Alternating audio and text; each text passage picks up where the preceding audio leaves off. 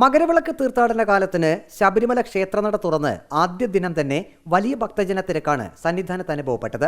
മണ്ഡലകാല തീർത്ഥാടന നാളുകളിലേതുപോലെ കുഞ്ഞു മാളികപ്പുറങ്ങളും മണികണ്ഠന്മാരും ദർശനത്തിനായി ക്യൂവിൽ നിന്ന് വലയാതിരിക്കാൻ ദേവസ്വം ബോർഡും പോലീസും പ്രത്യേകം ശ്രദ്ധ പതിപ്പിക്കുന്നുണ്ട്.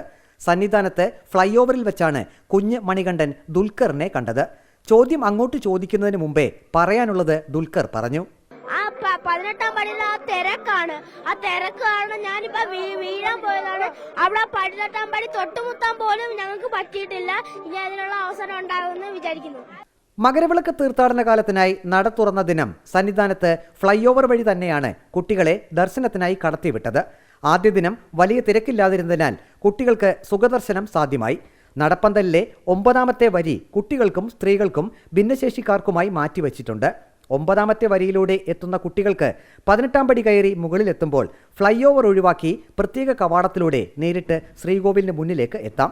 കുട്ടിയോടൊപ്പം ഒരു രക്ഷകർത്താവിനെയും ഇതുവഴി കടത്തിവിടും. മകരവിളക്ക് തീർത്ഥാടന കാലത്തിന് തുടക്കമായിരിക്കുന്നു. കുഞ്ഞു മണികണ്ഠന്മാർക്കും കുഞ്ഞു മാളികപ്പുറങ്ങൾക്കും സുഖമായി അയ്യപ്പ ദർശനം നടത്താനുള്ള സൗകര്യങ്ങളാണ് ഇക്കുറി ദേവസ്വം ബോർഡും പോലീസും ഒരുക്കേണ്ടത്.